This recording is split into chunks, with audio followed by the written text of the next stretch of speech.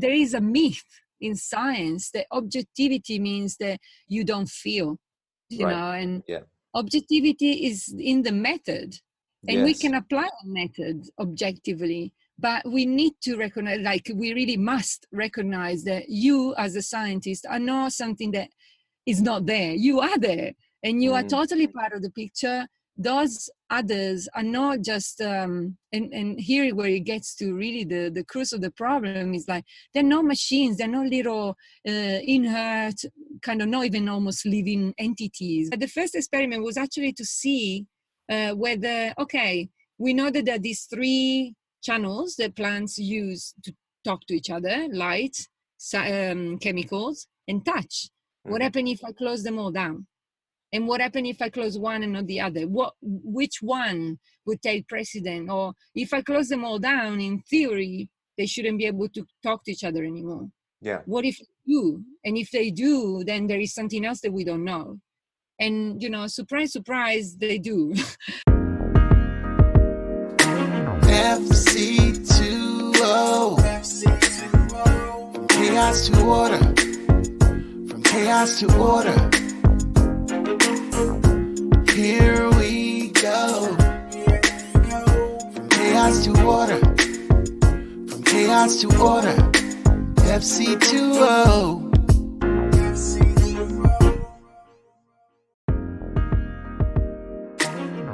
We have a real treat in store for you this week.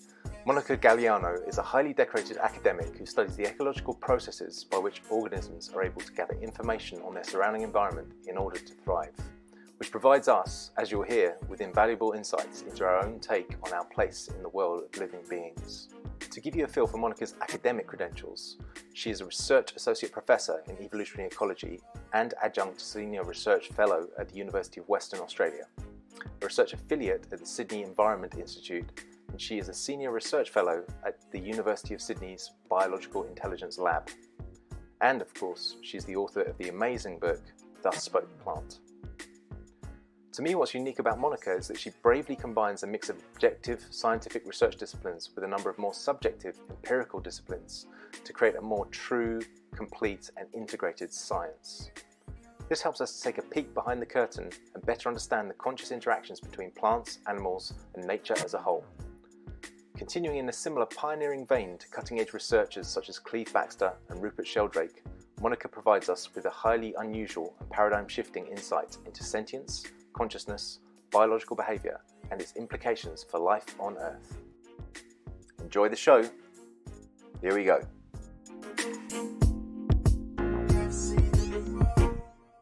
Well, welcome to another edition of FC2O with me, Matt Wallden, and my guest today, Monica Gagliano.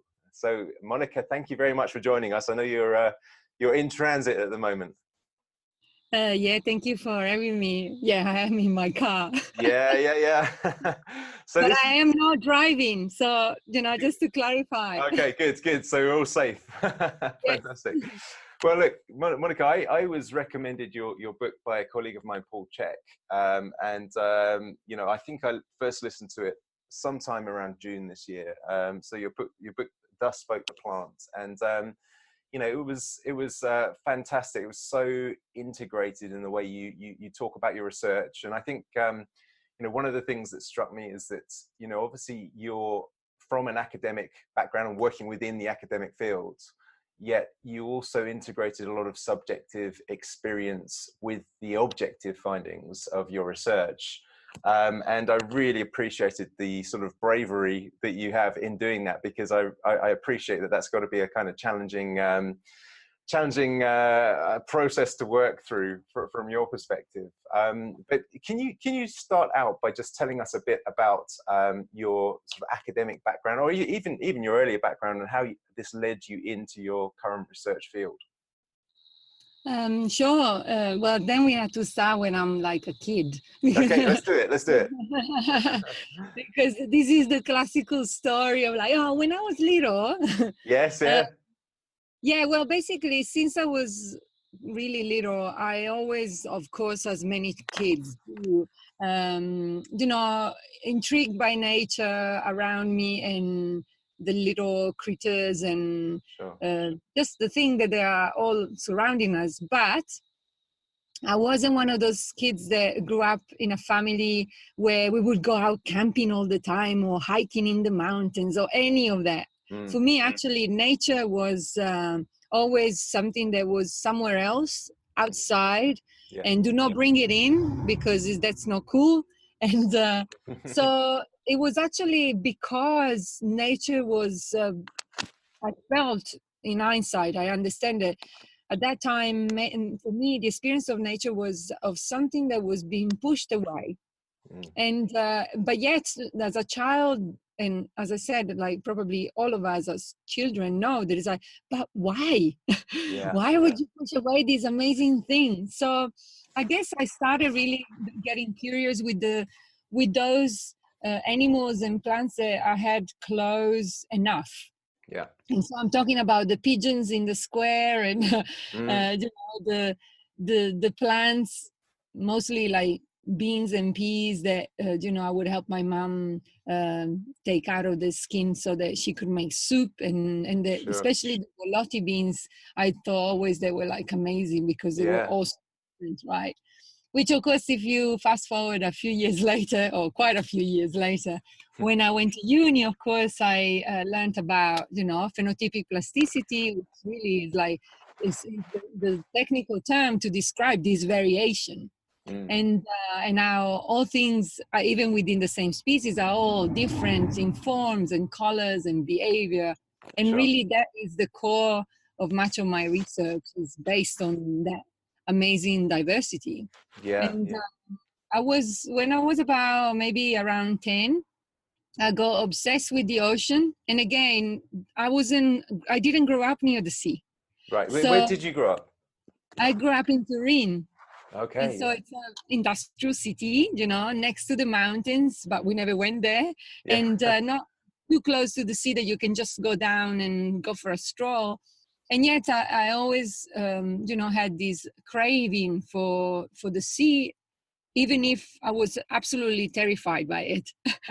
And then I ended up going to uni to become a marine scientist. Right. Oh, so yeah. So I know from the book you talk about starting in marine biology or marine science, and exactly.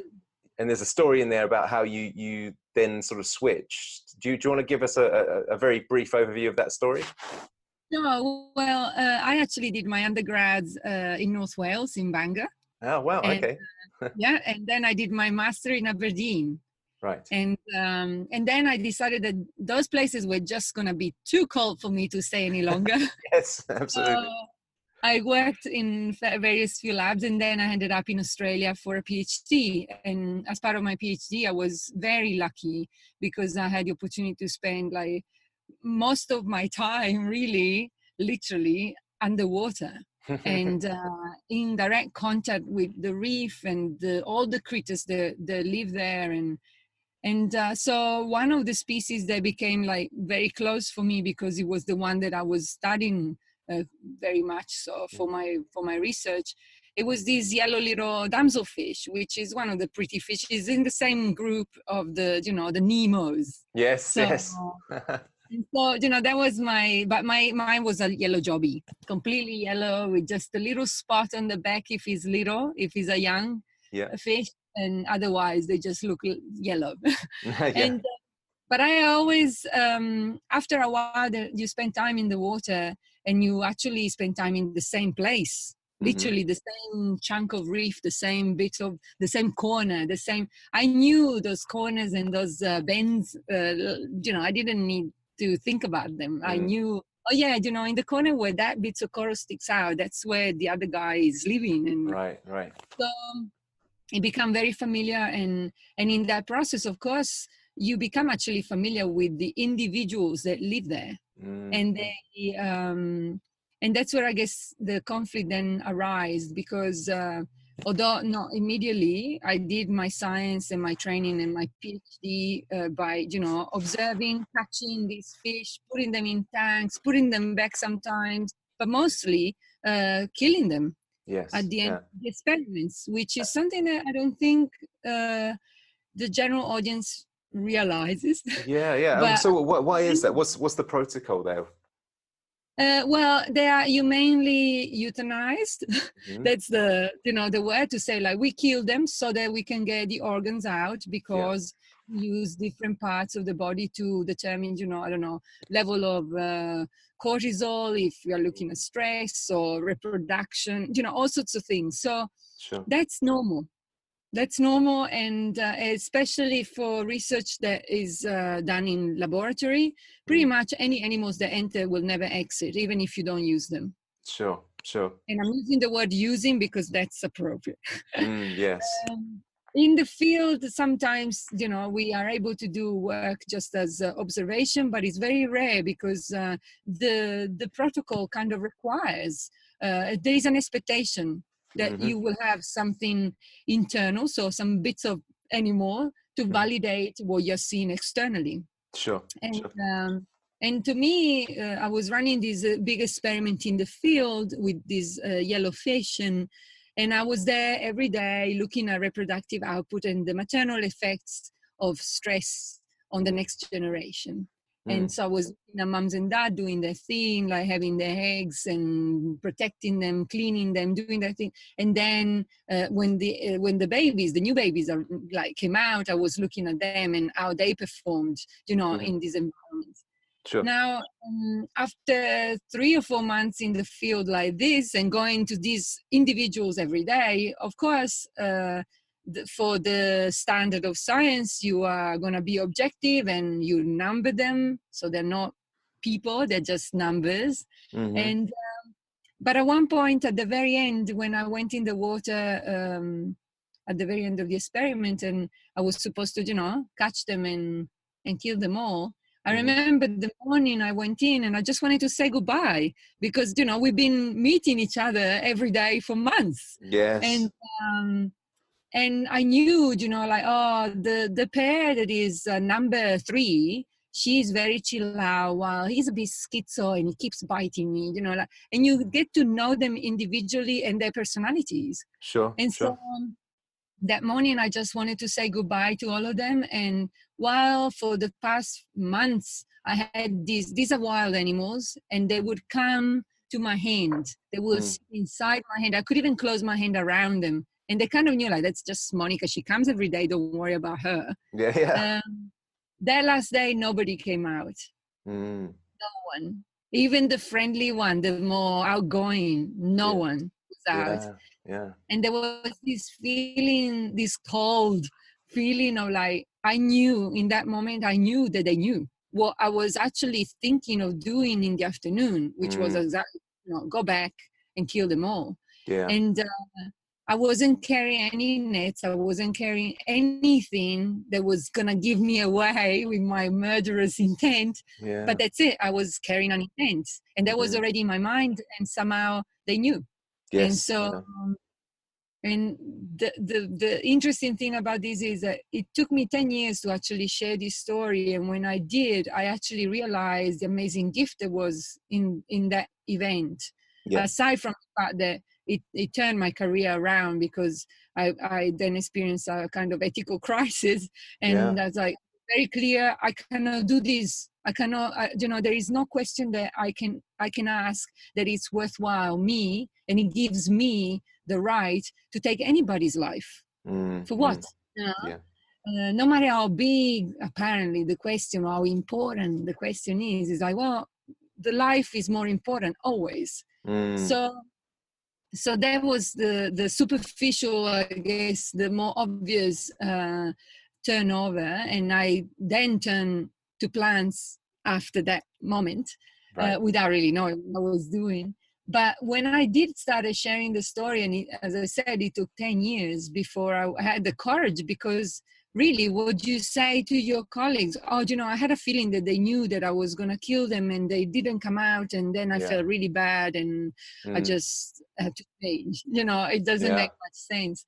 But what I learned is like, well, first of all, there is no such a thing as, there is a myth in science that objectivity means that you don't feel, and objectivity is in the method. And we can apply a method objectively, but we need to recognize, like we really must recognize that you as a scientist are not something that is not there. You are there, and you are totally part of the picture. Those others are not just and here where it gets to really the crux of the problem is like they're not machines, they're not little inert kind of not even almost living entities, but they are people that just fish. Yeah, absolutely. So well, you know, I know remember, you.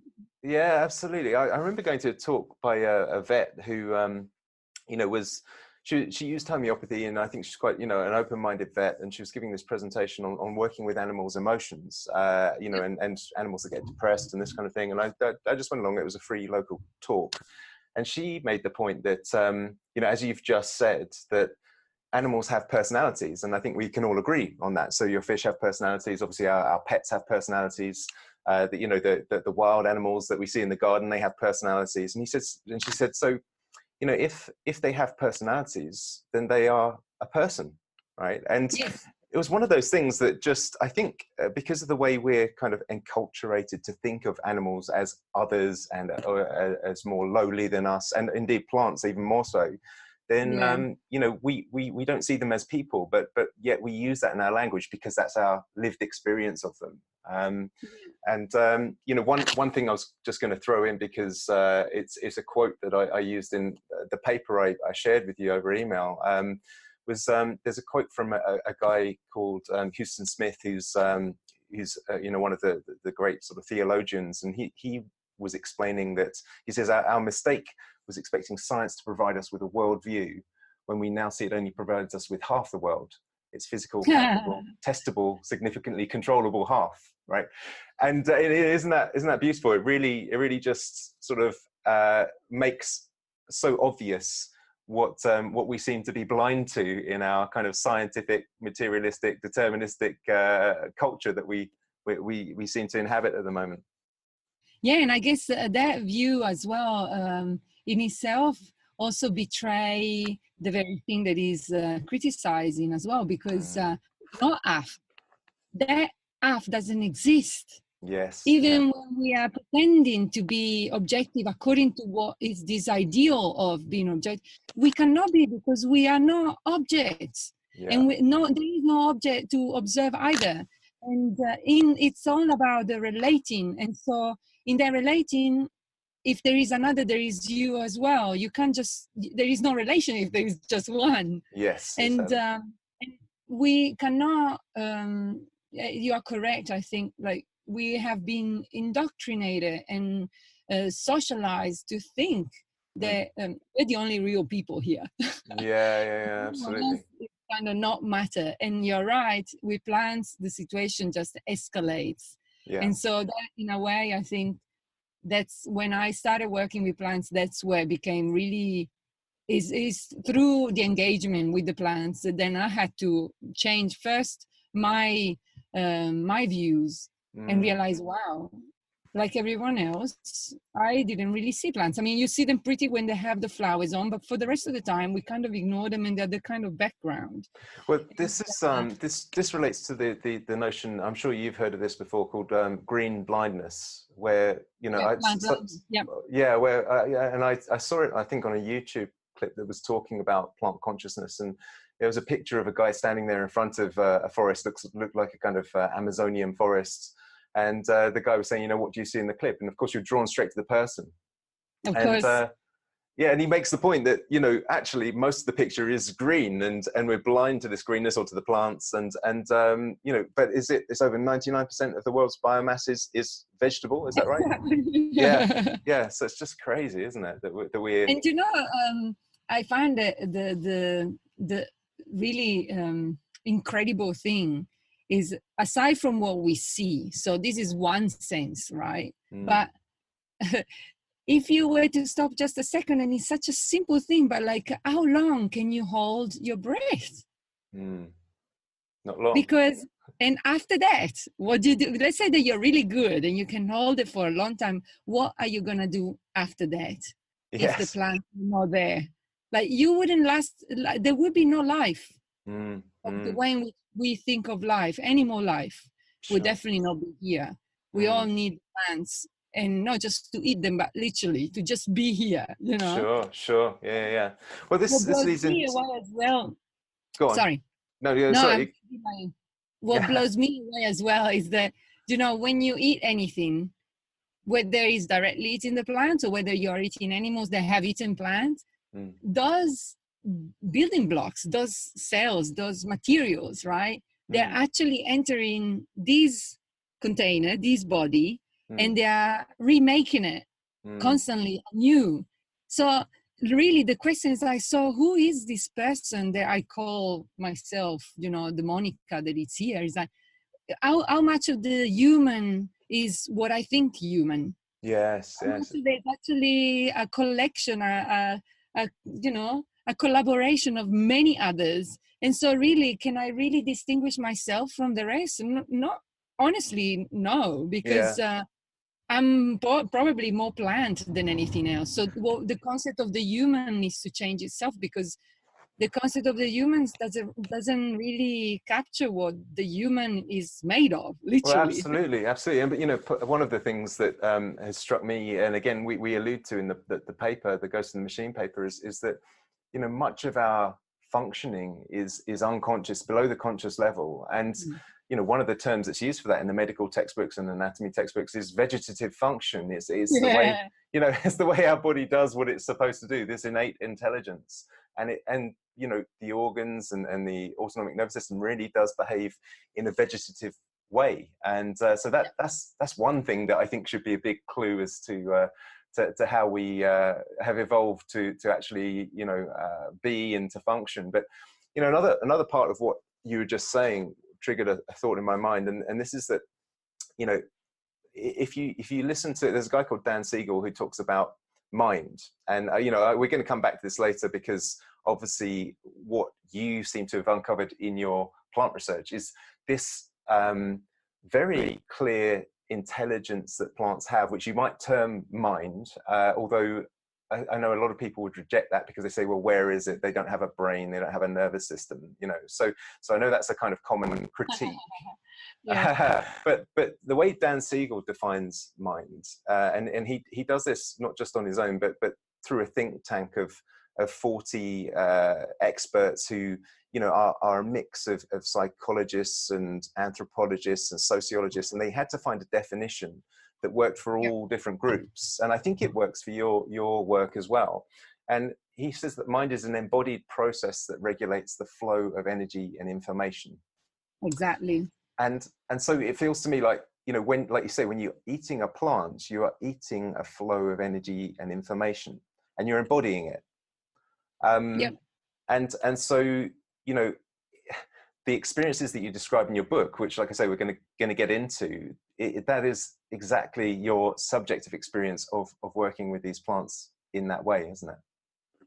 Yeah, and also what triggers me from your comment is actually that it is exactly because the majority of, like, the mainstream of humanity, the mainstream of thinking about these questions of consciousness or cognition of mind, because they all kind of converge ultimately to the same issue. And I think the main issue that I see is that traditional mainstream cognitive science, for example, is subscribing to a particular view of cognition. And this one is a closed one. What I mean by that is, like, you have cognition that actually is a property, a thing. So when we talk about, like, well, if you're cognitive, if you've got the mind, where is the thing that does that? And of course, because from that perspective, when we think about cognition is the brain or the nervous system, or both, like as a central nervous system. And cognition sits inside its box. It's inside the organism, so it's a property of the organism. And so, of course, it makes logical sense that if that organism doesn't have that box, so it doesn't have a brain and a neural system, then it cannot be conscious or cognitive or intelligent or any of those. Well, but this view, which, by the way, sees perception, so the incoming in of the information and action and behavior as the outgoing of the processing of the cognition, well, that view actually, funny enough, comes from cybernetics. Right. Which means that we build computers, which of course do work according to that model. And then we decided to and try to understand ourselves based on the machines that we build. That's kind of funny. Because it didn't work quite well, now we're doing the other way around, and now we are trying to build machines that are to our image, but we're still not clear of who we are. Well, so we keep externalizing and trying to build models of who we are when we haven't even stopped to check what is actually here. Well, and that's the other view work, isn't it? Yeah, exactly. And that's the thing, is like the other view that is the alternative view. And it was, this view have been working in parallel all the time. It's just that as always, there is one that become dominant because is in the context as well of the social, economical, political system. Certain views are more useful than others to push other agendas. And so the other perspective, again, it's been around for the same amount of time, sees a cognition in a totally different way. It's not a property, but it's a process. So cognition is not in a box, but is a process that is happening and is similar to what you were saying, and it refers to a flow of information, not a thing. Yeah. So suddenly you don't need to look for a brain or a particular structure to do the cognitive process, because a process is not a thing. And not only that, but because it's a process, is implying that there is movement, and for something to move, it needs space and it needs connection. And so suddenly this model sees perception, cognition, I should say perception, the body, and the behavior, so the action, as a process. Those ones are not separate from the environment. So the environment is part of the cognitive system, and everything is open instead of closed in boxes. There is a flow that goes in and out. So as much as I am affected by my environment in terms of like my internal physiology, what I perceive, what I'm going to do next, but also me being in the environment is changing my own environment, and therefore it's changing me, and therefore, so seeing cognition from this perspective, suddenly, because until recently I couldn't understand why these people who are always putting up this critique, which is kind of quite mediocre, I have to say, of like, cannot be intelligent because they don't have a brain. It's like, well, there's plenty of people who do have brains and don't seem to use them very much. But aside from that, it's like, why this obsession with the brain? Well, and so what I see you've done with your research is you've used the objective scientific model to identify intelligence within the plants. So you're using the sort of very objective models that perhaps your critics would put their trust in, but then you've got a behavior that doesn't add up with that kind of cybernetic idea of a brain box, right? So you kind of, if you want to stick with that old worldview, the cybernetic worldview, then you've got a real problem, haven't you? Exactly. So basically, it's highlighting that there is an internal incongruency with the model. So, and that's the thing, when they say, but the plants don't have a brain, what they're really saying, which is highly unscientific, they're saying you need to throw away your data because the theory must be right. Right, yes, exactly. And what I'm replying to them is like, I don't know what the right theory or the right, theoretical explanation is, but what I do know is that these guys are doing what I'm seeing. Yes, exactly, yeah. It's my data. So you make up whatever story you like about the theory that explains it, but I'm not throwing away the data. The data is actually telling me, is showing me what plants are capable of. And I'm using, as you said, I'm using your methods. So what is the problem? That's it. So should we talk about oringum? Is that how you pronounce the word oringum? And how would you define that? Or explain it. How would you explain it to someone who's never heard of that before? Well, I guess the closest, but here is like language, I say in advance, language fails miserably. So this is only an approximation, I guess, of experience, which again is a very embodied experience, is embedded in a particular context and relationship. So, but I guess is thank you. Yes. And it's not just a thank you, like, oh, thanks for that, but it's a thank you that is specifically referring to the listening. And this was arriving from the plants that I was working with when I went to South America the first time. And in particular, this was a little fern that offered that. And it was quite funny because it happened during a ceremonial, a ritual that I was doing there, and with a curandero from the Shipibos. And you know, like I heard this word, and is a word is a sound that I could totally, you know, repeat. So that's how I knew it was sounding like. Yeah. And I knew exactly what it meant, even if, you know, nobody actually spoke to me in my ear and said like, this is what it means. Yeah. So it's a body knowing, and which then the human being me in this case, is trying to give a language to it, which makes sense to me. Mm-hmm. But you know, the word itself, the sound itself, comes with its own language and its own meaning, and that has not been changed. That's not been altered. Yeah. So it's just more my limitation in trying to explain and give it a form that makes sense to us in our ear, but it would make total sense to our body. Sure. And you know, this is something that again, my colleague and he's been a great teacher of mine, Paul Check. He teaches on one of his courses sacred listening, and the idea that you know, you can still yourself down to a point where you can listen to the trees, or you can listen to a plant. And of course, you know, like you say, if you're speaking to a very objective left-brained scientist, they would think that you've perhaps gone slightly mad.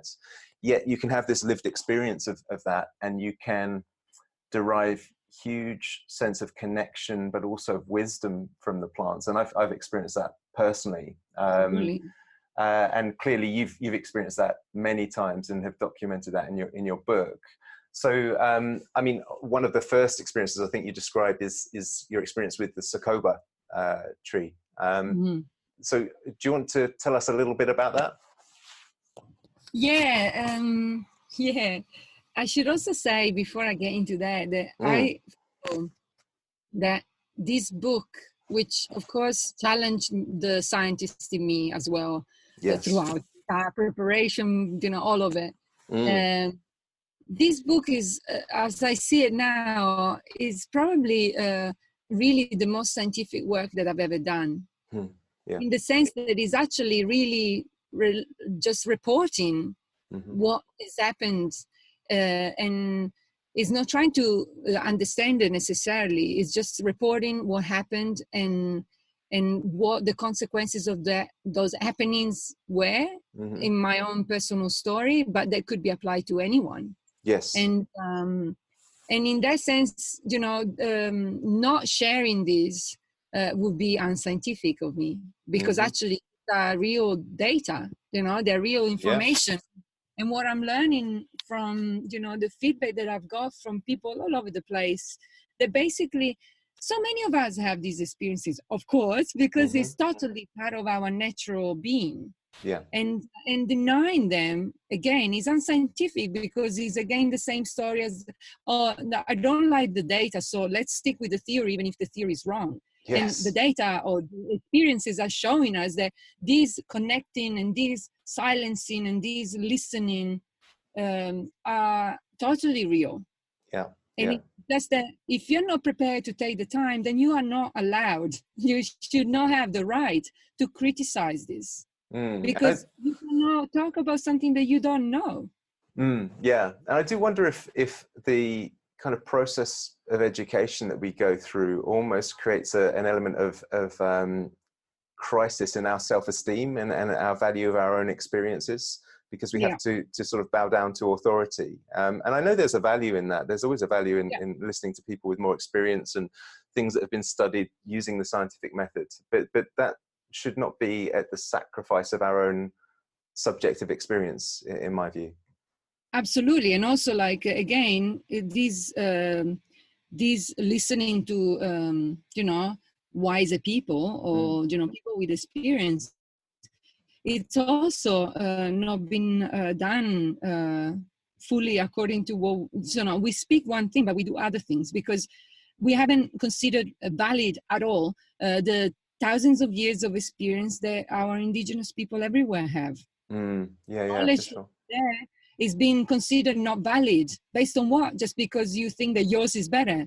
Again, that's a very non-scientific approach. If you're going to try to be objective, then you need to be objective. And it's like, okay, there is these people who have been here for a very long time and they've been just fine. What do they know? But not as a colonizing, appropriating like way of doing, but it's more like, what can I give into this so that I can learn? Yeah. And when you do, you learn a lot.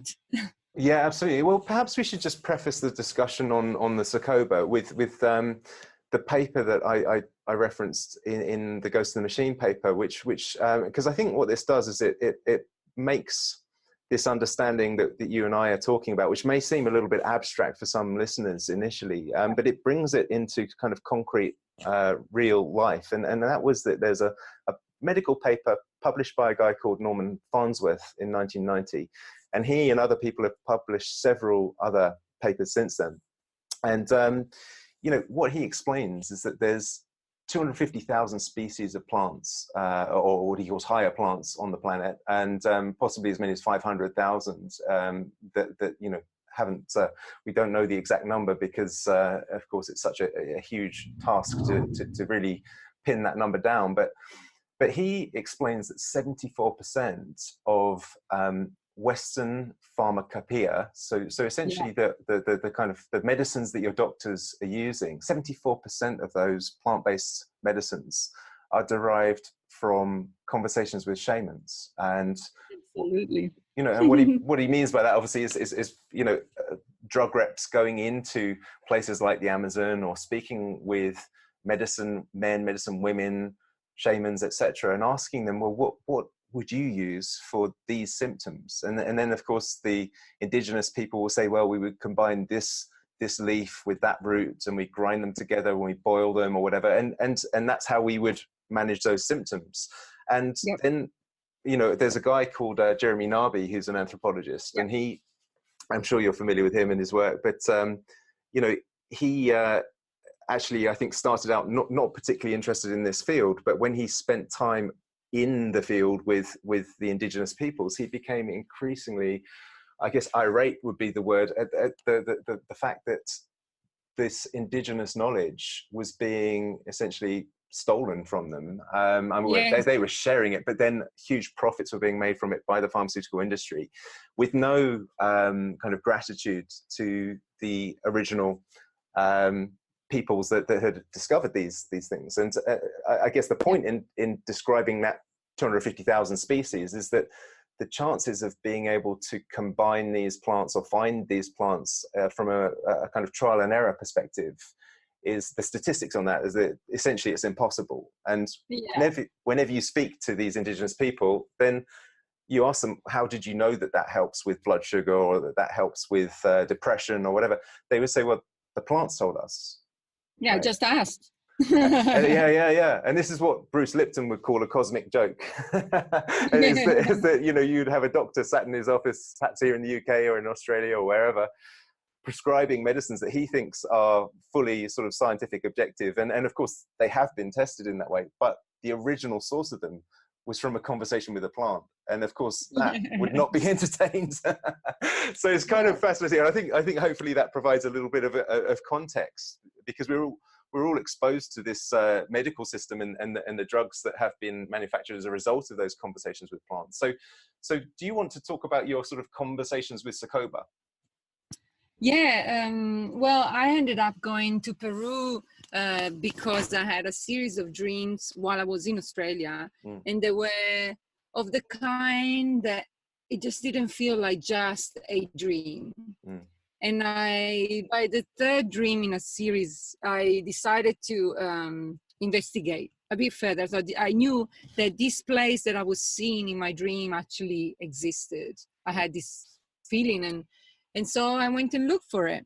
And when I actually did find it in Peru, I was there for a while, and I worked with these Socoba plants, which of course kind of already knew that I was coming, because I think that she's the one that called me. Yes.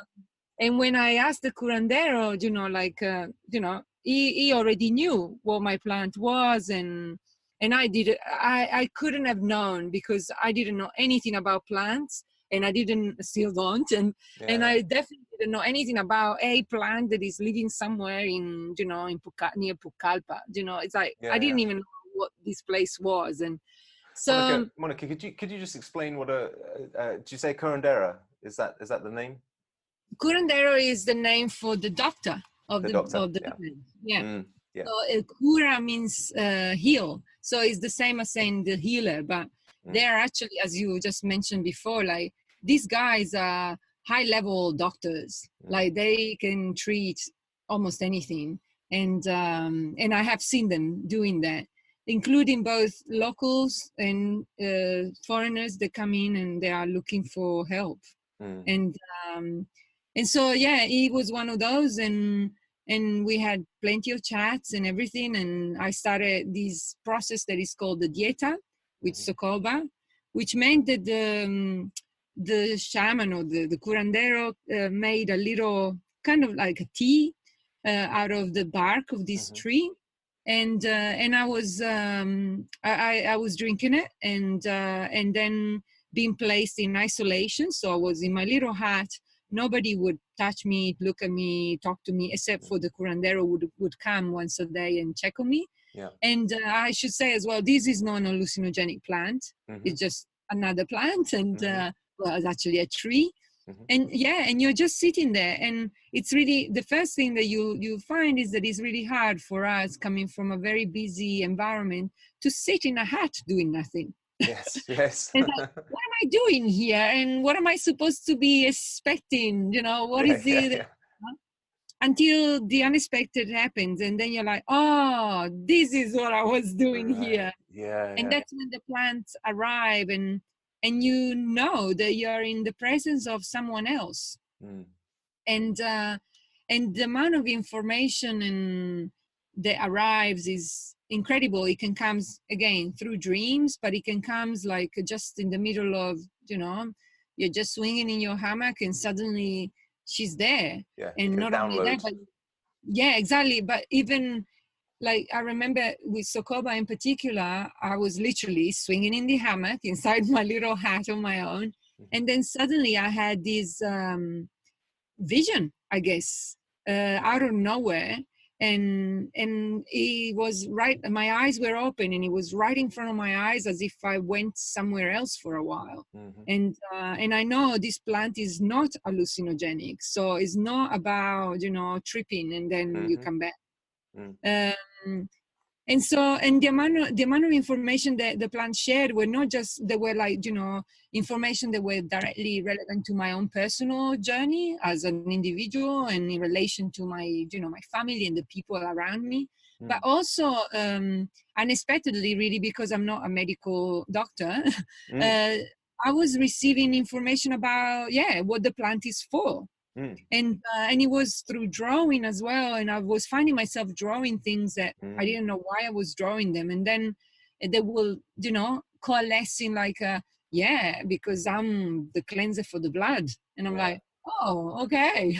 And when I came back, of course, from that first trip, the first thing that I did, clearly as a scientist, like go to the database that we have access to and screen the literature for the plant. And I couldn't find anything. And I was like, I don't even know what the real name is, like the real name meaning the Latin name. I don't even know if Socoba is only the name over here, and maybe the same tree is called something else in another area of Peru. So that would be even more impossible. So at the beginning, I had to trust the information that the plant had given me. I'm like, well, that's what the plant said. I don't know if it's true, but that's what I received. And then by the time I decided to write the book, I did a second search, but that was years later. And at that point, I could find all of this material on Socoba. And it was like, why wasn't it there when I was looking for it? And of course, I think as part of the little cosmic game, if it would have been there, my mind would have grabbed it and made a nice story and trying to find validation through that. Well, I really needed to learn that some of this information has its own validity and it doesn't require the validation of science. Although as a scientist, it was good to eventually find that, yeah, I can validate this, and I can actually, if you look at the literature for this tree, you will find that the information the plant had shared with me is exactly what we have found in laboratories. Right. I've never really done any of those experiments. I didn't know anything about these plants before going, so it's not that there is a preconceived idea or pre-knowledge, nothing. It was just literally the interaction with the plant, and I guess the only thing that it was there was that I went open. Right. I was ready to learn, and I was open to learn whatever it was that I was supposed to learn. And so the plant was very generous, and it provided with all sorts of information. Yeah. I know in the book you say that one of the things that you got from that interaction was that it is through the blood that we're all connected. Yeah. And I thought that was just, you could say that that's there's some obviousness behind that statement, but also, I think you go on to say that the wisdom is in the oxygen and the blood is the great connector. And, one of the things, I mean, obviously there's the biochemical side to that, as you describe, in that sentence, the idea that the oxygen is transported on the blood, and the blood is what's connecting that oxygen from the outside to the working organs and muscles and so on inside. But also, interesting enough, in manual therapy, one of the things that we know is that blood is actually a connective tissue. It's classified as a connective tissue, and it's actually important in the stability of the system. So the fact that it's connective tissue and that it provides stability also seems to be congruent with what you got from that interaction with Sokoba. Yeah, that's cool. Yeah. So you went on to do many other experiments. I know there's the Chile experiment, for example, where do you want to explain a little bit about what you did with the Chile plants and the other plants? The Chile plants were the first plants that I kind of worked with in the lab, primarily because I was told that they were easy to grow. Yes. And I never worked with plants before. I didn't know where to start. So I started from the place that it was the easiest, right? And they were relatively easy to grow. So I thought, okay, I can do this. And because I was coming, obviously, as an animal ecologist, I was coming from a very different background. And so what I brought into the plant experiments was always this animal view of how I would do, if there wasn't a plant, was an animal, how would I design this experiment? And so the first thing that I did when I started with the plants, it was like, because I was working already in, how animals communicate and how they share information and how this information moves across generations, and, how do they make decisions about this information? How do they learn? So those were the core questions for me already before. Yes. And so when I entered the plant area, I thought like, well, I don't know, do we know anything about this stuff? Has anything worked out, where the plant can communicate or whether they learn or any of that? And in the context of the communication, which was the first place where I looked at, there was already some beautiful work done on the chemical communication. And now, the volatiles and all of that are used by plants, but also even, before the chemical communication, we have known for a while that plants can detect different frequencies of light.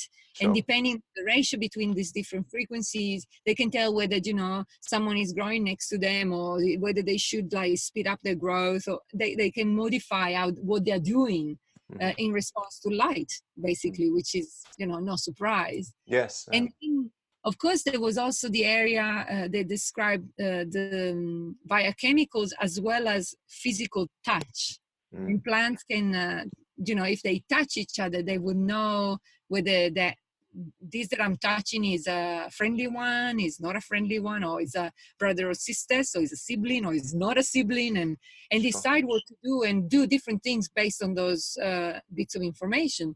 So I thought wow, this is amazing. It was really fascinating. But what surprised me was, again, because of my animal bias, I guess, that there was no work on sound. And of course, in the animal field, no matter what animal you're looking at, whether underwater, on land, wherever, sound is everywhere. And of course, sound is one of the cues that travels the best everywhere, because unless you've got a vacuum, sound can travel. While all the other signals can be, struggling a bit, because, for example, for the chemical communication, you would need the proper, apparatus. So you need a receptor that can detect the sound, the receptors that can, the chemical receptors that can, produce the chemical, and all of that. Yeah. While sound is a mechanical signal, so you just need to be able to sense. And of course, we knew the plants are very good at sensing, and because it's a mechanical vibration, as long as you can sense mechanical stimuli of any kind, including, for example, gravity, then you should be a good, legible, listener. And so we started from there. But the first experiment was actually to see whether, okay, we know that there are these 3 channels that plants use to talk to each other: light, chemicals, and touch. What happens if I close them all down? And what happens if I close one and not the other? Which one would take precedent? Or if I close them all down, in theory, they shouldn't be able to talk to each other anymore. Yeah. What if they do? And if they do, then there is something else that we don't know. And, surprise, surprise, they do. Yes. And so even when all those channels are closed, they can totally tell who is growing next to them, even if they got no access to them at all, and change their behavior. So they grow differently depending on who is there. And they can tell whether this is a friendly neighbor or not. Yeah. And of course, that in itself was interesting. But I guess what was really interesting for me was the fact that these opened up the question, so how do they know? Yes, exactly. Yeah. So the acoustic area came in, because it was like, well, maybe it is sound. It might not be the only thing, or it might be not the thing, but there is definitely something that they're using that is not what we already know.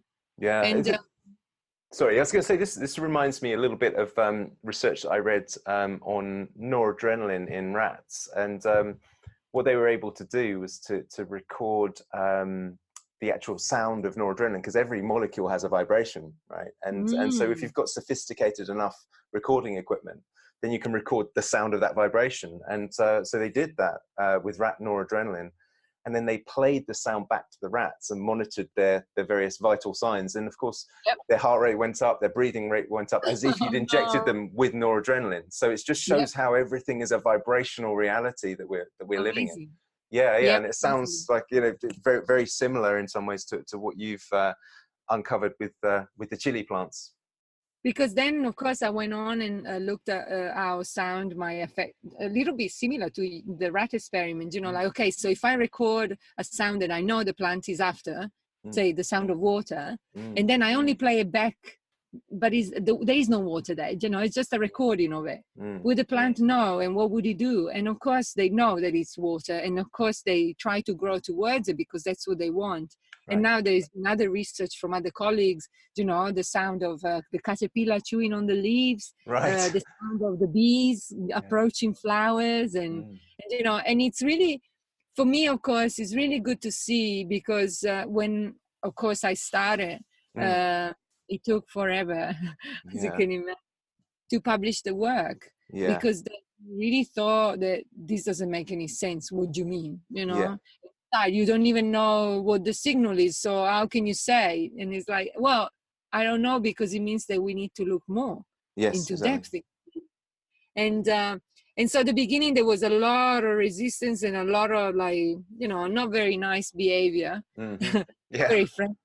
And now it's really good to see that actually quietly and in the little, in the secret chambers of their labs, other colleagues have started exploring these. And, the last example of the bees, the sound of the bees affecting the sugar levels of the nectar in the flowers, that comes from a lab where one of the senior researchers there actually was very skeptical of my findings.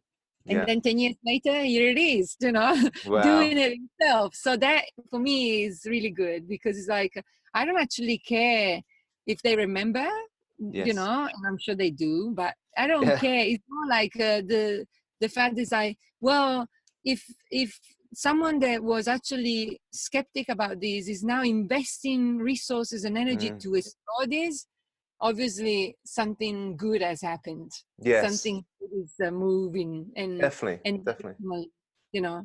Yeah, and it's like the kind of difference between skepticism and cynicism, isn't it? I think skepticism is healthy, isn't it? To have a degree of skepticism, you can't be completely what's the word, gullible, I suppose. Yes. But so you need a degree of skepticism. But if you have either empirical support, then it needs to be, or just some kind of lived experience, then that needs to be assessed further. And if you're a cynic, you probably just would dismiss it. But if you're a skeptic, then you might say, okay, well, it doesn't make sense based on my current worldview, but let's investigate this further, because as you say, the data is there.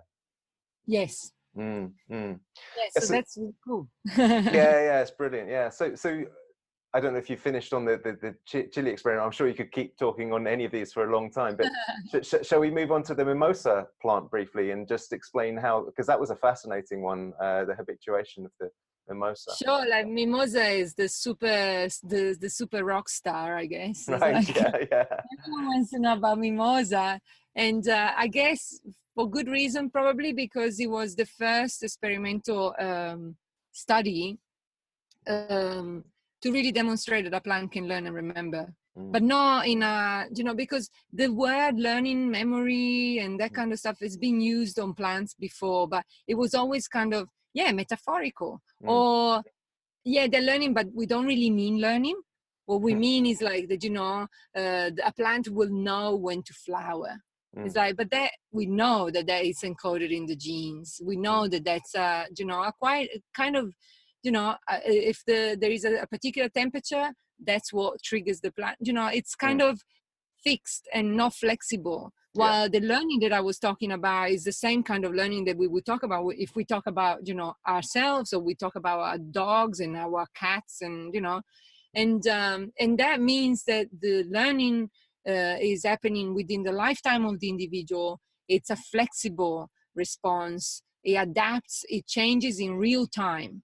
So it doesn't wait for the next season, but it doesn't wait for the temperature to trigger it, but it's actually like, oh, what's happening now, and what do I do based on my just previous experience? And that's what mimosa was able to do, because mimosa is a plant that it was a good target, because given, we started at the beginning talking about plant blindness. One of the major issues with plants is that we don't recognize them as doing, so behaving, because their movement to our perception is nil. In reality, they do move, but at a very different time scale, which is so different from our time scale that we can't even perceive it unless we stop and really observe and really listen. So mimosa is a special case in the sense that it's one of the few plants that actually does move at our time scale. So we can literally see it doing a thing. Right. And so she closes the leaves when she's disturbed, or when she perceives a threat. And then, when the leaves are closed, there are big spiky thorns that show up, and so she's going to be less appetizing, and the idea is that, okay, the predator maybe will leave her alone. And the cost of doing that, because of course many of the defense mechanism in animal plants and everything, they come with a trade-off. And the trade-off in this case is that when the leaves are closed, she can't photosynthesize as efficiently. So almost like half of the capacity for photosynthesis is lost. Right. So you see, there is like, well, if the threat is real, then hey, you better survive. So you're gonna do everything that you can, and you're gonna have to compromise and not feed on light for a while, but because you're trying to protect yourself to be alive. But if the threat is not real, then actually you're being stupid, because you're wasting your opportunity to grow. And if you're really not getting it, then you might actually really compromise your survival by starving to death. So there is a fine line between you need to know what's happening and then act accordingly in the most, I guess, optimal way that you can. So the idea of plants be able to learn would imply that they will be able to determine their circumstances and then change their behavior. And in the case of Mimosa, what I was asking her to do, it was the very most simple level of learning, which the technical term is habituation. And the idea is very simple. It's like there is something happening around you, and we experience this all the time. And wherever we have looked, habituation is there. So the idea is like there is something happening in your environment, and through repeated exposure, you kind of tune out. Because if nothing happened as a consequence of that, whatever is happening, say that you're listening, there is the sound of the fan. And you might notice it when you enter the room, but after a few minutes or not even that, you know that the fan is not going to kill you. You know, everything is okay, and you kind of not hear it anymore. Yes. And the same like with the change in temperatures, that you might enter a room where it's, you know, cold, but after a while you kind of adjust to it because you know that it's okay. Yeah. But let's say that then a fire alarm goes off. You need to be able to actually not ignore that and be able to recognize, okay, I might still ignore the fan, but this one I need to pay attention because this one could be dangerous. Yes. So what I was asking Mimosa to do is like, okay, I'm gonna give you an experience that is looking like it could be dangerous. It could have consequences, but through repeated experience, if you can learn, you should know that actually there are no consequences. And so in theory, if that's possible for you to learn and understand this, you should be just, you know, maybe you close your leaves the first time that you experience this because you don't know what it is, maybe the second time, but soon you should be able to realize that this is not dangerous, reopen your leaves and keep feeding because it's business as usual. Yeah. And so in the case of the Mimosa experiment, I drop it. I dropped it. It was a controlled drop, and as I always say, it's like no plants were harmed in the process of the presentations.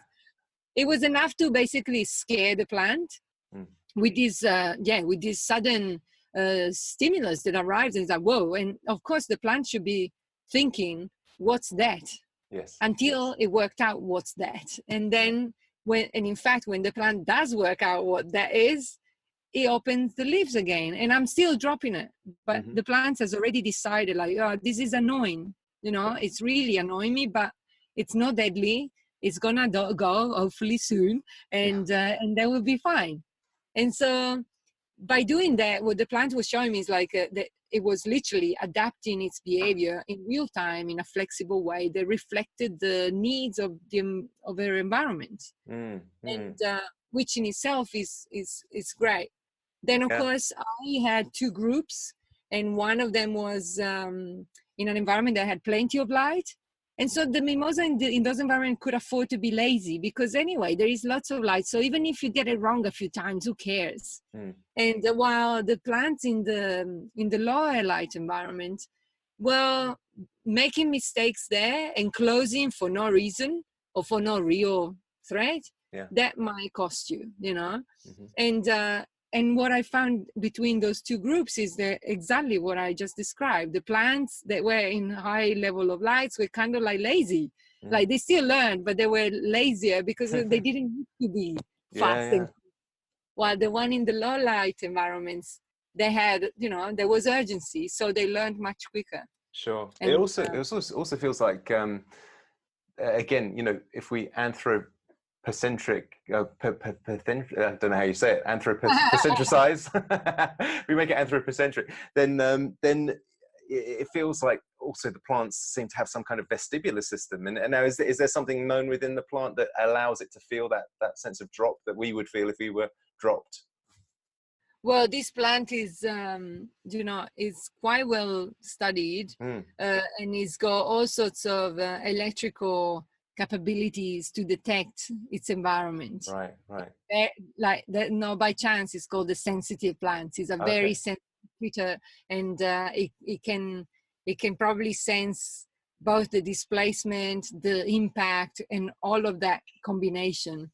So, yeah. And the interesting thing about this is that, you know, I did the experiment, and then I left them, all of them, no matter what treatment they were, what group of light they were. I left them there for a while, and then I went back to see whether they could remember what I did, you know.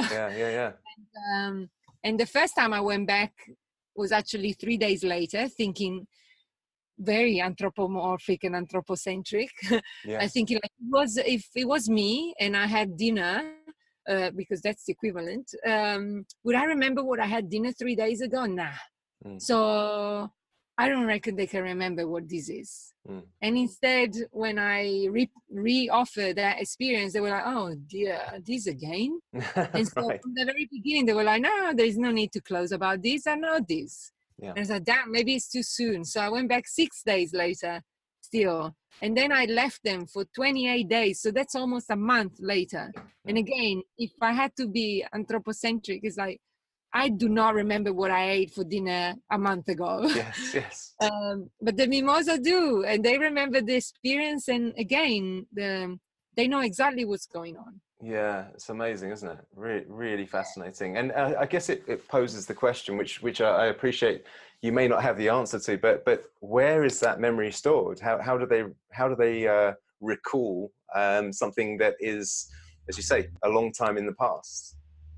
Yeah, this is something that it's an important question, and this is something that goes back again to the initial part of our conversation on how we see these processes.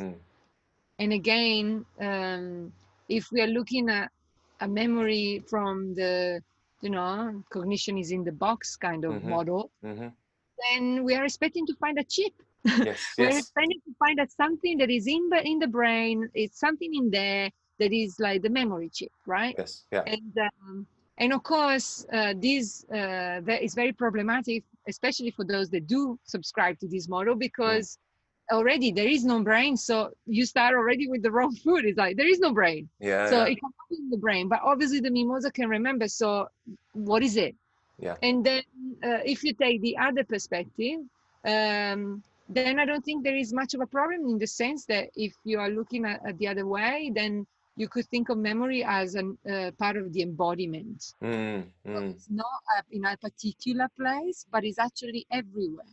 And plants are a good model of decentralized system, right? So yes, exactly. It sounds a bit like Rupert Sheldrake's morphogenic fields, and the notion that these processes are stored in a field that is accessible to any organism that is tuned into that field. Have you studied Sheldrake's work, or are you familiar with it at all? Oh, I am, and actually, I read one of his books when I was 11. Right. And then, it's been, and we have met a few years ago. Oh, fantastic.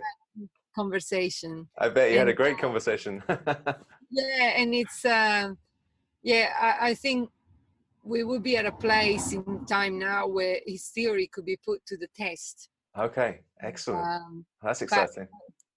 But as always, it requires, and that has been, I guess, one of the problems. It requires some support, and without the support, it becomes difficult because you can't do it in a small way. You have to do it, it has to be, it's a big project, and it'll come. Yeah, for sure. No, that's fantastic. Why don't we try and do a quick, if that's possible, version of talking about pea brains and how the peas and other plants as well exhibit consciousness. What was your experiment around that? The experiment with the peas, which was, by the way, and that it's something that is described in the book, was totally inspired and instructed, I should say, by a plant, again, from the Amazon. And because I was trying to do that experiment, which was basically trying to find a way to experimentally test the concept of Pavlovian learning, which is the same story that we, many of us know about the Pavlovian dog. And the story goes that, Pavlov noticed that, the dog salivate before receiving dinner.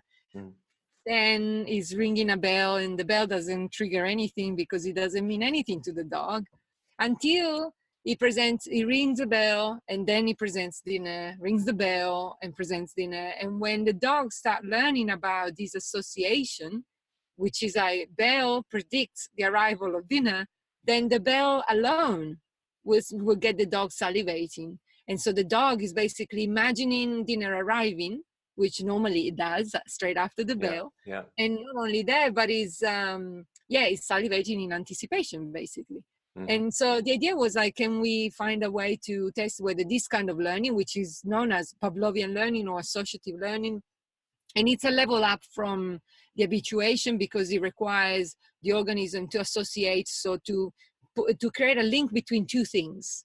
Yeah. One is the one that they really want, and the other one is something that doesn't have any meaning or value to start with, but it acquires value through experience. So it's a bit more, it's a bit more complex than habituation.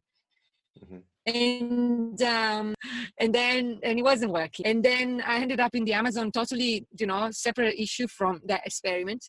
And one of the plants told me exactly how to construct the experiment. Yeah. Not only that, but it made very clear that I was using the wrong plant. So it was like, and don't use sunflowers. This experiment needs to be done with the peas. Okay. So I went back home and I got some peas, and that's how I started. And, it took a while because it's a very challenging experiment. Like, it's simple, but it required a lot of piloting and trying and fine tuning, and it's deceptively simple. And then what we found though is like that absolutely the pea, just like the dog, doesn't care about the bell, which in my experiment wasn't a bell, but it was a little fan. Okay. But it cares very much about dinner, which in the experiment for the plant was blue light. Right. Which we already know they really love, and they bend towards if the light comes from one side. And that is kind of like already, the knowledge on that was already established. The phototropic responses of plants, and especially the phototropic response, so this bending behavior towards blue light in peas, it was very well known already. So I didn't discover anything there, but what I did is I introduced this extra element, which was this little fan, which played the role of the bell for the Pavlovian. Yeah. And so the plant doesn't care when the fan is blowing alone. But after 3 days, when the fan is always preceding the light, just like for the dog, the bell always precedes dinner. When then I tested it, so I only presented the fan and no light followed.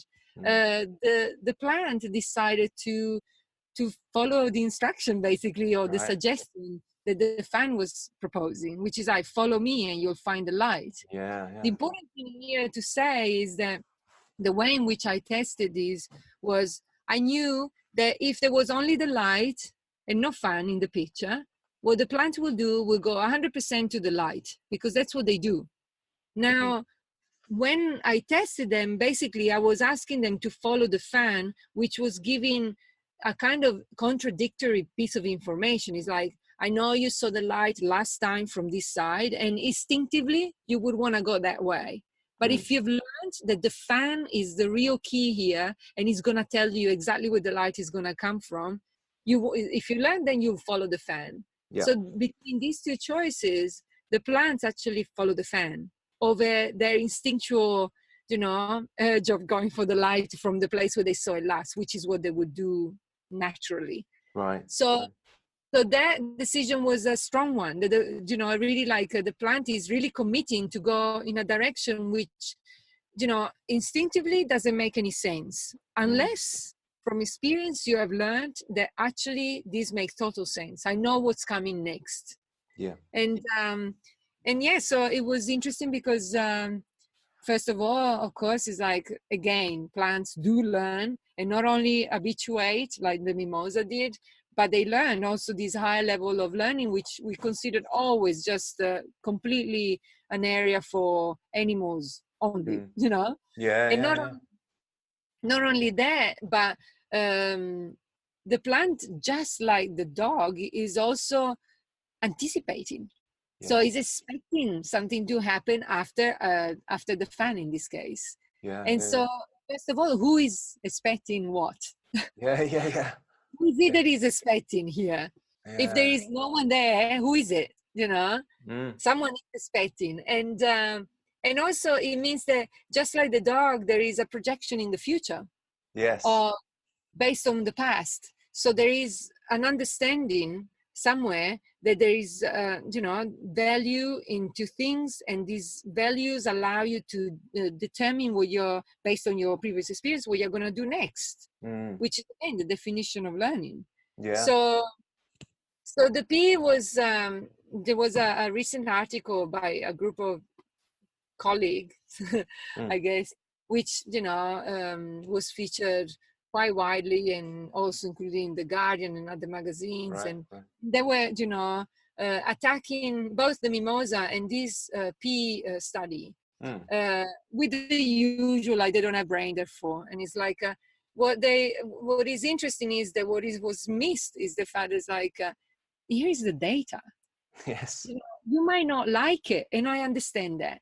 Yeah. You might not want to know that this is happening, and I understand that, because we have lived for a long time in the recent decades or centuries, maybe, as a Western culture. We have lived for a long time enough to think that this is how it is. Plants don't do anything, but that is not true. Simply, And I'm not the only one saying it. Like the Darwins of the world have said it. So many have said it. So this is really an idea that is totally unscientific. And yet,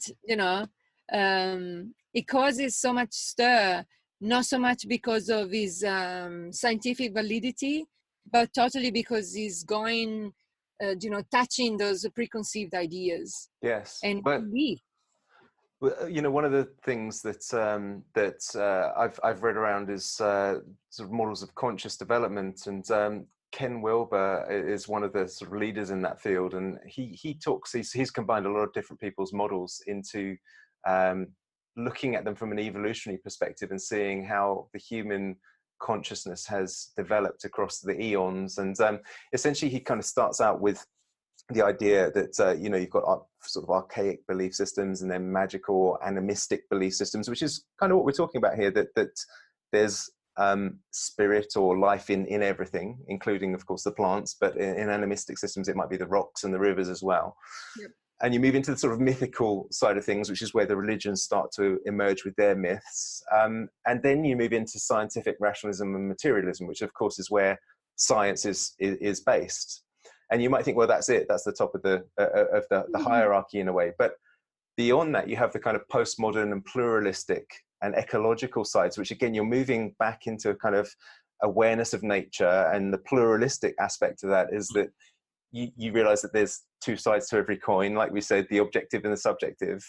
And then when you move beyond that, it's taking it into integrative consciousness. So it's saying, well, how do we reconcile these objective findings, which don't fit with our existing models, or not with the mainstream ones at least, and how do we integrate that into a new level of awareness or consciousness and so on? And it strikes me that's where your work is sitting at the moment, and there's still plenty of people in that scientific materialist kind of level that just don't like the idea of moving up. And I guess because I don't really know how you move. Yes.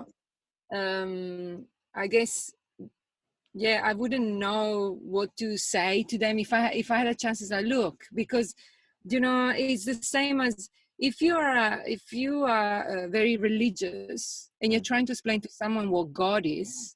Well, unless I have the same feelings, I will not understand what God is. And if anything, I might feel like that you're kind of a bit weirdo because you think that God exists, Sure. Well, I don't. So it's like, what is that? So these are views that are like, they require the personal, again, the subjective experience to enter in the picture, because ultimately your experience tells you what is true for you. Yeah. And also, and this reminds me of Alan Watt, because he gave a lecture, when he was lecturing in the 60s, and I was listening to it, and I thought, I really like him, and I think it was brilliant. And he gave this analogy of a piece of metal, like a magnet. And it said, let's say that you got the positive pole and the negative pole in the magnet, right? Yeah. But you really don't like the negative pole. So let's cut it off. You cut it off, that's what we're doing. So you cut it off because I don't want the negative pole. I want a magnet just with a positive pole. And guess what? As soon as you cut it off, exactly where you cut it off, not only now you have two pieces, but both of them have negative and positive poles. Right. So by trying to get rid of one pole, you're actually not only multiplying your problem, but not resolving it at all anyway, because the pole is just reformed immediately. Yes, exactly. It never went anywhere. So then from that perspective, what I get is the only place where you can be is in the middle. So that you can see both poles, but you don't take them seriously. None of the two have the complete picture. So why would you, subscribe to one and not at the exclusion of the other? Yes. Yeah. And then there is yet another layer of this, which of course is about, even still in the middle, you're still inside this story where there is polarity, which is really like much of the reality that we experience most of the time. And but to see the middle place, then you have to transcend that too. Yes. And when you transcend that middle place, then I guess you can integrate the poles and the middle place, and you can realize, it was just a magnet. Yeah. That's a great analogy. About the black and the white, the positive and negative, or even the middle, because then we get upset about the middle. It's like, it's just a magnet. This is the rule of the game. And if you're gonna play the game in this reality, this is what you got. But you also can tell that it's just a game, and so you can transcend in that sense. Fantastic. But you have these experiences, I guess, of like really feeling what it is to be at the pole that is the positive, and you might like, and the negative, and you might don't like, the middle sometimes, and then none of it at all, and all of it at the same time. And that's where that place where you can see the poles, you can see the middle, you can see the magnet, basically. That place is a very powerful place, because suddenly you also know that any idea that you might have of yourself as a separate thing from the rest makes absolutely no sense. Because every time that you have that idea, it means that you are inside the story of the magnet again. So you're separating yourself in one aspect of the magnet or one aspect of reality, and you lost the picture that it's just all a magnet. It's just one reality. Well, look, I think this leads absolutely beautifully into a part of the book where you're talking about tobacco. And of course, tobacco, has quite a bad reputation amongst us, I guess, what would be the term? Kind of industrialized nations who tend to abuse it. But, I was quite fascinated to read, I think actually it might have been Jeremy Narby's book, The Cosmic Serpent, where he was talking about tobacco being called by the ayahuasqueras. So these are the shamans that use ayahuasca in ceremony. And they called it the daughter of ayahuasca. And I kind of didn't get what they meant by that initially. I could conceptualize it to some degree, but reading your book, you went into one of these experiences with tobacco. And can you tell us, because I think, was this eating the dieta approach, or was this smoking the tobacco that you?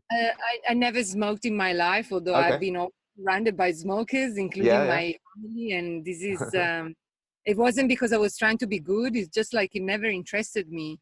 So it's actually really strange for me to then have this very profound relationship with this plant in particular. But maybe it is because I never really abused it that I was able to connect, and I'm very close to it. And I think it's probably one of the most precious plants that we have. And to me, rather than a daughter, is more of a grandfather.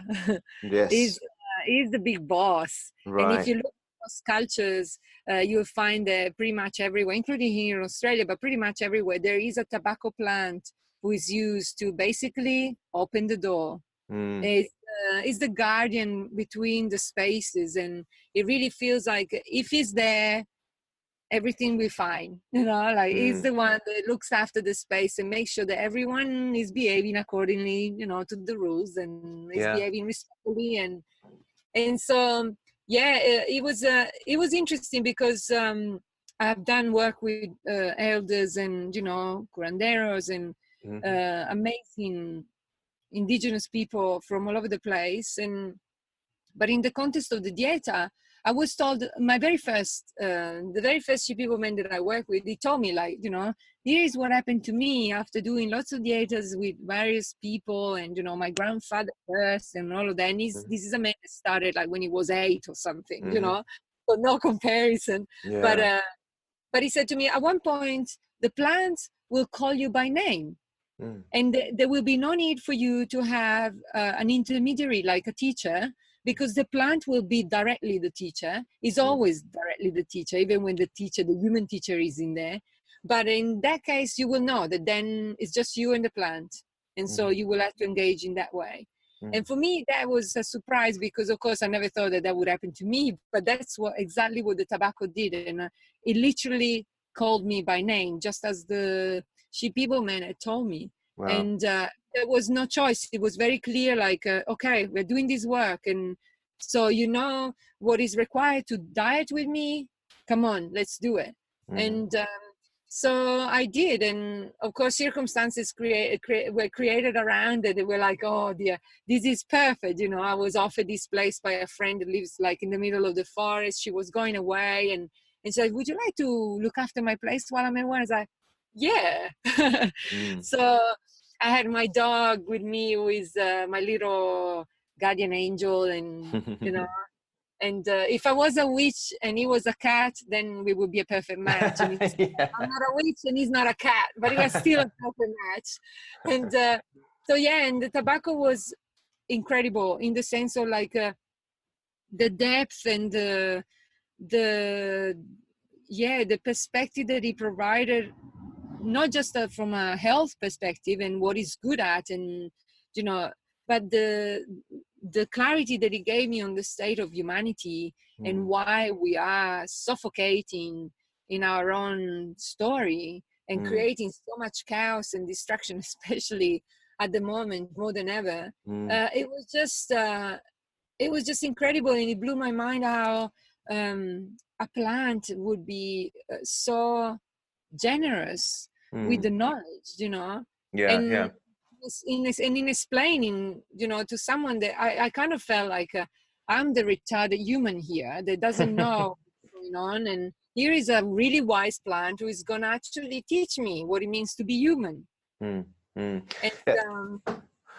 because with the ayahuasca, you know, I know some people, and I think this is including the indigenous peoples that use it in ceremony. They term it an entheogen, or it is termed by some people an entheogen, which means a god evoking experience. Yeah. And you know, the quote, or one of the quotes you have in your book, when talking with tobacco, which, as I say, the ayahuasqueros make this very close association between ayahuasca and tobacco. The sentence says, I am the Holy Spirit who connects you with Great Spirit, the God Creator, the universal mind, the divine, or whatever name you want to use. And when I read that, I thought, oh wow, okay, that you know, links very closely with what I'd read in Jeremy Narby's book. But then you go on to talk about, of course, how humanity itself is you know, in this state of painful disconnection, and how we're drowning in grief and filling up our lungs with this emotional pain, which of course in the Chinese medical system, they've always said that grief is held in the lungs. So there are all of these things just firing off in my mind as I was reading these words. And then tobacco said to you, I meet these emotional waters with my holy fire and dry this disease out of your pure being. I bring peace. But then you obviously went on to experience him saying that you know, his flowers are the best remedy for pulmonary conditions, which is, you know, and specifically pneumonia, which was a fascinating insight. And you know, he said that by affecting the proper functioning of the lungs and compromising the amount of oxygen that reaches the blood, pneumonia is in fact the physical manifestation of grief, the pain of separation in the emotional body. And I thought that was a beautiful insight. And Have you shared that with many people? Is that something that other people resonate with, or that you see patterns related to that observation? I guess I have shared it with many people in the sense that now it's in this book and it's like for everyone to see. But I did make the remedy according to the instruction that he has given me, and it's in my fridge, and it will wait for the person that will need it. I have, after the tobacco, and this is no longer in the book, but after the tobacco, I had other plants coming and asking now, oh, can I be the next one? And so I have dieted other plants, and one in particular, again, a very generous spirit, again, very clear instructions. And what happened was that with the tobacco, I did have some experiences. Immediately after I did the dieta with it, I had a few experiences where some people would arrive and they will be like, oh, I'm having this problem here and there. We're just talking. And suddenly I could hear it almost in the back of my mind that the tobacco was like, that's my job. That's my job. And so I would ask them, like, would you mind if, and I would pull out the tobacco. And in a couple of cases where this happened, whatever issue was there, it wasn't anymore. So, and again, it's got nothing to do with me. It's just that the plant seems to have decided that I'm, stupid enough to listen. So I'm the perfect, collaborator. But the other plants that I dieted after the tobacco, which was as insightful as I said, this time, she, because it's a she, gave me the condition that she was describing to me as the thing that she heals. And so, and because she heals amongst the various things, she heals fungal infections. Suddenly I got this disgusting fungal infection out of nowhere on my arms. And I was like, what is this? And I was thinking, like, maybe this time I really stuffed up, I shouldn't have done it, whatever. Yeah. And then the voice in my mind was like, I already told you what to do. So now do it. And of course, one thing is like, oh, someone will come and, I'll help you, but it's none of my problem, and if it doesn't work, who cares? It's not me. Another thing is when, well, there it is. You know what to do. I told you how to use me. Now you have to, because you don't have a choice. It's like, otherwise, go to the doctor and ask them for the cream that won't work and, go ahead. Yeah. But here it is. Like, this is your apprenticeship. Like, come on. And so I followed the instructions, and it was amazing because literally by the time I started, within 3 days, because the skin was totally flared up. It was like all of these red blotches, and it was just like, oh my God. And then in 3 days, everything just cooled down, everything disappeared. And I actually have a record because I kept a diary. And within 10 days, everything was clear, like as if I've never had anything before. And of course, it has never come back or anything. Right. And I know it wasn't because, I contracted something. It was literally part of the dieta, part of the learning. The plant wanted me to experience it directly so that I wouldn't find excuses. I'm like, well, here it is. So you have to. Yeah. And now I know what she's for, from direct experience, but also I know that I can really trust them. And whatever information they have given me in this context of even medical healing, I don't need to know, the medical names. I don't need to know. I just need to ask them. And they will, just exactly as we've done as humanity for a long time, they will tell you.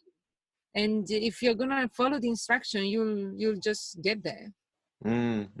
Beautiful stuff. Yeah, so just to sort of round off on the tobacco story, I know I keep reading passages from the book, but it's because it's so good and pertinent. But this passage, I think, was near the end of where you're talking about tobacco, and you're saying that in each moment humanity can open its eyes to close the rift that separates it from the whole by realizing that there is no rift at all. This realization heals the root cause of humanity's pain. Instead, it has looked for a quick relief from its effects, filling up the lungs with my smoke to bring a temporary peace away from a pain it forgot it never needed. Instead of asking for complete healing, humanity has misused me as a partial sedative. This abuse turned me into a poison. And, you know, that point, I think, A is pertinent because, of course, of the way tobacco is often abused in society. But it also provides an explanation for why that may be the case and how we've lost this sense of connection.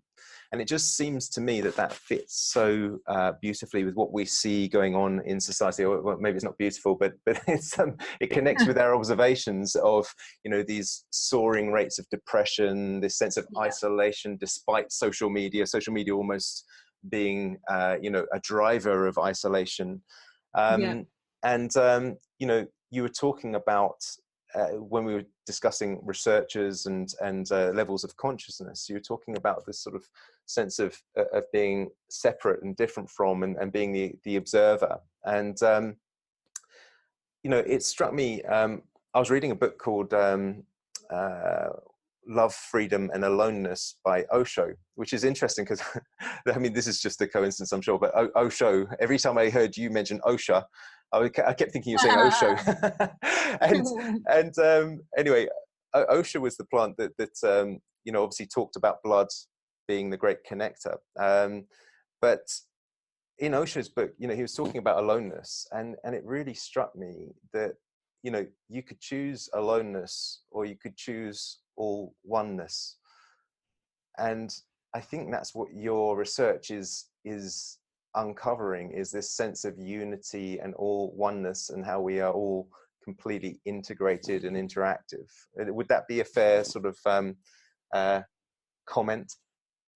Yeah, and I guess, you know, really it's about, there is only one body.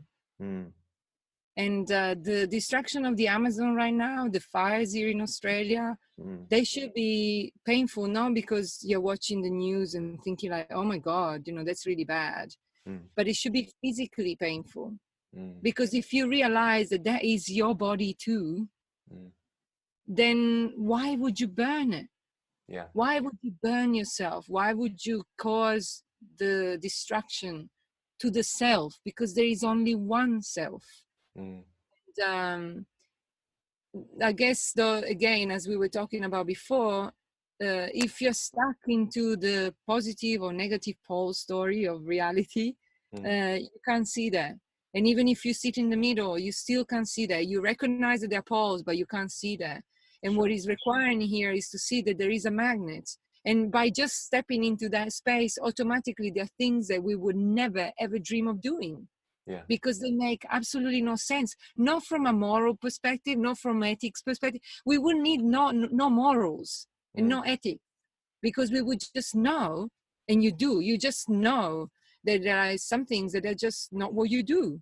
It would be madness to do it, but that's what we are experiencing, is madness. Yeah.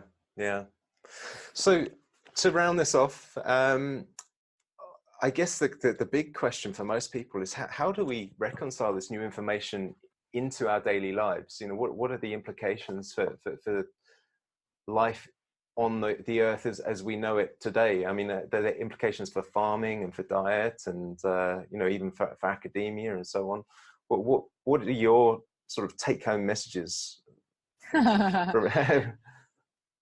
Well, first of all, it's like get out there and get your hands dirty. You know, and that will be already a solution for a lot of the problems anyway. And I think that each one of us has a particular love. You know, we love doing certain things, right? Like that we really love. The same love that we had when we were children, and we're like, oh, you know, someone loves playing music. Why have we created a society that is forcing people to be something that they're not, is the problem. Instead of, like, if you were born to be a musician, you should be cherished just for that. And not because you're going to become famous. It's like, that's not the point. It's just because it gives you joy to deliver yourself in whichever way you are delivering yourself. Sure. And so a lot of the things, a lot of the issues that we are having, for example, you know, with diets or with the way in which we produce food, is just highlighting that, you know, we're not really in love. because if you're in love, there's some things, again, that you wouldn't do. And so fall in love with your garden, fall in love with the things that you want to do, the things that really give you joy. It's not a kind of temporary satisfaction and then you're back to looking for more. And give, because there is a say that like the more you give, the more you're given, but it's so true. And it's like, and you're supported all the time in this process, because I mean, we're given all the time in such an abundance. Look at nature. Even now she's burning, she's thirsty, and yet she keeps giving. We are nature. So we are not being true to our nature by not giving the best fruits that we have. And that means as well that the best idea, the most brilliant minds, which can be from any space of society, they don't have, I'm not talking just academia, the brilliant idea that we all have come to bring to manifestation, to creation. Wow, this is exactly what we need. We need you. We need you in the best way that you can be, because that is what the solution for all of our problems are. And by just being you, you're already solving something. Yeah, absolutely. And it reminds me of the word forgiveness, which of course is a driver behind many of the world's religions and spiritual teachings. But it's literally the notion that we give in advance, and then we receive as a result, because that's the interaction. You can't help but have that response if you give. And the other thing you mentioned was you essentially saying to be yourself. You have something to offer to the world, and in that way you're vital. And I always think that, isn't that interesting that we use that very word, vitality, to represent health and function. And so if we can move ourselves towards optimal health and function by being vital, then we become vital to the planet or to the universe, or however you want to frame that. But so I was going to finish with this sentence, which I'd like you to finish off for me, if you know what I'm talking about. And that is, it said, "Here is the very first and very last story of you. Stories are a learning tool for the soul. Once you remember who we are, you no longer need any story at all." Yeah. Do you know what comes after that in your book? The land. Beautiful. That's the concluding paragraph from the book, and it is a fantastic book, and there's so much in there that we haven't even been able to touch on, but it's a brilliant audiobook as well. So either way, if you prefer to listen, I normally start out listening and then think, oh, that's really good, I've got to buy the book as well. So that's fantastic. And thank you so much for your time today, and for taking time out on the side of the road to talk to us. It's brilliant. No, thank you, Matt. Yeah. And who knows, maybe down the line we'll do some more, but that was fantastic. Thank you, Monica. Yeah, it was great. Thank you. Well, I don't know about you, but I was just buzzing after finishing this interview with Monica. Her research and willingness to dive deep into domains that have been taboo in mainstream scientific circles has certainly met with resistance.